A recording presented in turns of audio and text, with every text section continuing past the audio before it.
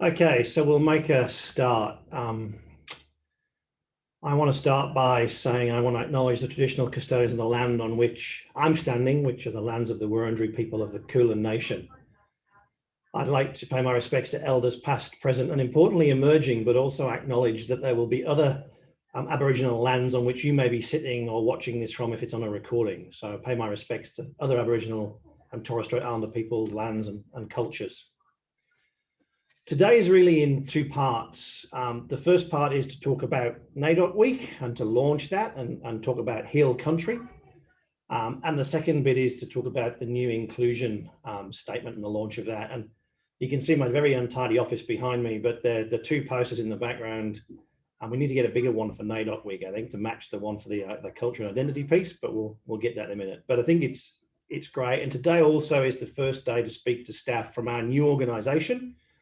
So we now straddle Bacchus Marsh, Melton, Caroline Springs, as well as the more traditional boundaries of Western Health following the amalgamation on the 1st of July. So welcome to any colleagues joining us from Bacchus Marsh, from Melton, or from Caroline Springs. Today really is just to launch the two areas and talk to you rather than do a sort of traditional Q&A sense. So I want to start by launching, in effect, NAIDOC Week, which is Heal Country. I think for me, as a newly naturalised Australian, as a citizen, it's a real honour to launch NAIDOC Week and to immerse myself in the culture. I think it's really important, and Heal Country is a great slogan, and it's Heal Country, Heal Our Nation is the theme for the current NAIDOC Week in 2021. I'd like to thank and acknowledge Tanya Druce and her team who've done a great job at Western in a really short period of time in building up a lot of work to support our Aboriginal and Torres Strait Islander communities access services and continue to innovate and provide great services to that community. They've given me some information that I really want to kind of share with people. So as many may know, country is central to Aboriginal identity. It sustains lives in every aspect of both health and well-being, and that's both spiritual, physical, emotional, and cultural. And country is family, it's kin, it's law, it's ceremony, it's traditions, it's language, it's everything that is held dear as part of that Aboriginal teaching and custodian, which is one of the longest, I think the longest surviving single culture in the world, which is incredible, really. For both Aboriginal and Torres Strait Islander people, it's been this way since the dawn of time, and increasingly Aboriginal people worry about country. And I think that's probably a growing movement now that we're learning a lot from Aboriginal communities about respecting country and trying to be as environmentally sustainable as we can to benefit country that can sustain us. For generations, Aboriginal people have been calling for stronger measures to recognise, protect and maintain the aspects of Aboriginal culture and the heritage of the Aboriginal culture for all Australians to enjoy and to learn from. They continue to seek greater protections for lands, for waters, for sacred sites and from cultural heritage sites, so to stop them being destroyed and desecrated, to help that ongoing teaching and learning. Healing country also means hearing the pleas to provide greater amounts of management and involvement by Indigenous communities over country to support that process. And I think the other part for me is that the Healing Country also is about embracing the First Nations cultural knowledge and understanding of country, which, as I say, goes back 50,000 or more years now, as part of our natural heritage in Australia. The culture and values of Aboriginal peoples are respected equally to the cultures and values of all Australians. And that's really important as part of the process of Healing Country, Healing Nation. The lands will continue to burn from bushfires, will be subject to droughts, will continue to destroy livelihoods across that. But we need to focus and learn on those traditional practices that have protected the country we're standing on and living in for centuries and generations. To heal our country, we must properly work towards redressing that historical injustice. We can't change history, but we can, through telling the truth, learn, develop, and in effect, change the way our history is viewed. they're really powerful words that hopefully they resonate with people. And I'm really pleased to have had the opportunity to learn, to talk to the team, to meet the Aboriginal Health Liaison officers and learn about what it means for our Aboriginal and Indigenous colleagues and members of our community. It's really important that Western Health and beyond the borders of Western Health, the work of our Aboriginal Health Unit continues to go in every day to respond to the needs of our patients and families from Aboriginal and Indigenous communities.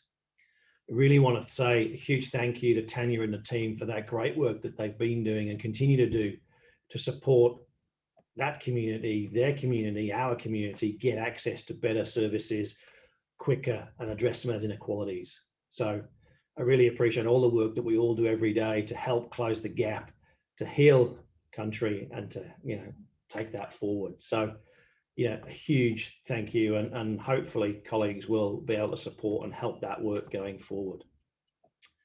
It's probably also worth saying that in terms of healing country and supporting the work that our Aboriginal Health Liaison Unit is doing, there's been a significant investment of funds from government to that. So that's really positive. And I know Tanya and the team are busily putting together the workforce and the plans to spend that money and really enhance the work that's been done already. So all power to your elbow on that one. The second part of today, which is linked to healing country, healing nation, is around our inclusion statement. So it's been developed initially to reflect a health equity focus and health equity focus areas. We've also had a lot of consultation with staff, with community and others to refine what that statement was through the process. And now we've got a phrase that you may have seen. It's literally your culture, your ability, your identity. We welcome you at Western Health. And you can see most of that behind me on the big purple banner with the colour bricks on it. The rationale for this choice through that sort of consultation piece that came out really strongly from our engagement was around that focus on culture and an emphasis on culture, an emphasis on ability, and the identity, which loosely represents all of our focus areas in a sort of broader health equity concept. We're looking to make sure that we address health inequity around Aboriginal healthcare in our cold communities. We're looking to make sure that we can address the diversity and need in our disability customers and clients, patients, and also around helping to support people feel safe to identify as LGBTIQ plus communities as well as others. And I say that the aim is to loosely represent those because that's our intention. It's envisaged that our phrase culture, ability, identity can actually refer to a wider range of groups and individuals than those that just named in above that I've just sort of said. So it is really about driving that through. And that, I think, is one of the huge pride areas I take out of Western Health, is that we do really support culture. We're about supporting identity, and we're about promoting and supporting ability. I don't think there's any other health service that references us for that. For culture, it's about areas beyond just ethnicity and language. It's around geography, but it's connected around faith, religious groups. It's a whole piece around culture. Our ability is about including people with all sorts of different talents, not just educational qualifications, not just skills, not just capacity or capability.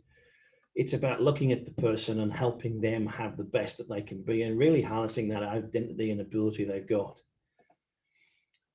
In terms of identity itself, it's about being meaningful for individuals. We don't want to just label people in conventional categories. What's a person who is second generation migrant? They might not actually identify with their parents' background. They may do that, but it's about how do we actually just give people the opportunity to be who they want to be. There's also been a huge amount of area around intersectionality, which is sometimes a term used that not all of us will understand. So I thought it's probably worth providing a bit of an explanation around what that is and what has been given to me as part of the outcome of that process. It's about referring to the ways in which different aspects of a person's identity can expose them to overlapping forms of discrimination and marginalization. And it's probably a term that you'll hear more frequently used in future. The emphasis really is for your. it's been set out that the your in our statement about your culture, your ability, your identity reinforces the intention for our care and service and our values to focus on the person. That's our patients, our staff, and our community as individual people. We want to welcome people to Western Health. To be truly inclusive and provide the best care to our patients, we have to be welcoming. We also want to make sure that the status, and deliberately so, the new state inclusion does literally include some key symbols to support the words that we're using.